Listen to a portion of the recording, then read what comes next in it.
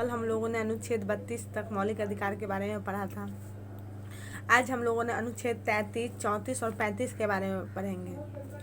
अनुच्छेद 32 तक हमारे अधिकार थे, लेकिन अनुच्छेद 33, 34, 35 में अधिकार से जुड़े हुए बातें बताई गई है।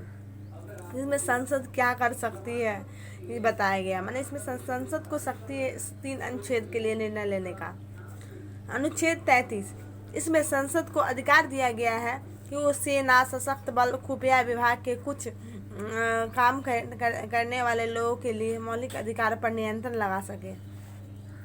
जैसे सेना में रहते हुए अपने रूल्स फॉलो करते हैं, अनुच्छेद 33 में बताया गया है। अनुच्छेद 34 में देखेंगे कुछ क्षेत्र में मार्शल लॉ लागू होता है तो उस क्षेत्र के लोगों को कुछ मौलिक अधिकार रोक दिए जाते हैं।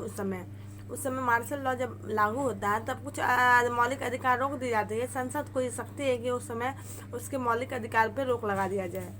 अनुच्छेद 35, कुछ अधिकार पे कानून बनाया जाए। कुछ अधिकार को सीमित करना ये संसद के पास है। मतलब कुछ अधिकार ऐसे इस पे कानून बना सकती है संसद, और कुछ अधिकार को सीमित भी कर सकती है। संसद के पास यह प्रावधान दिया गया और यह शक्ति प्राप्त है। आगे हम लोग जानते हैं कि अनुच्छेद 352 के तहत ये भी मौलिक अधिकार से ही जुड़ा हुआ है। तहत राष्ट्रीय आपातकाल लागू होता है, जिसमें अनुच्छेद 20 और 21 को छोड़कर सभी मौलिक अधिकार को निरस्त कर दिया जाता है। माने हमारे अनुच्छेद 20 और 21 को छोड़कर ही बाकी जितने भी मौलिक अधिकार अनुच्छेद आते हैं सभी को निरस्त कर सकते हैं। मौलिक अधिकार में कुछ भारतीयों को और कुछ विदेशियों को, भारतीय दोनों को अधिकार प्राप्त हुआ है। हम जानते हैं कि हमारे देश में कुछ अनुच्छेद जो भारतीयों के लिए है और कुछ है कि भारतीय और विदेशी दोनों के लिए है। ये हम जानेंगे।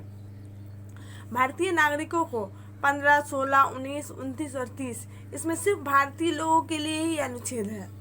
इसका मौलिक अधिकार का ये भारतीय लोगों को ही पालन कर सकते हैं।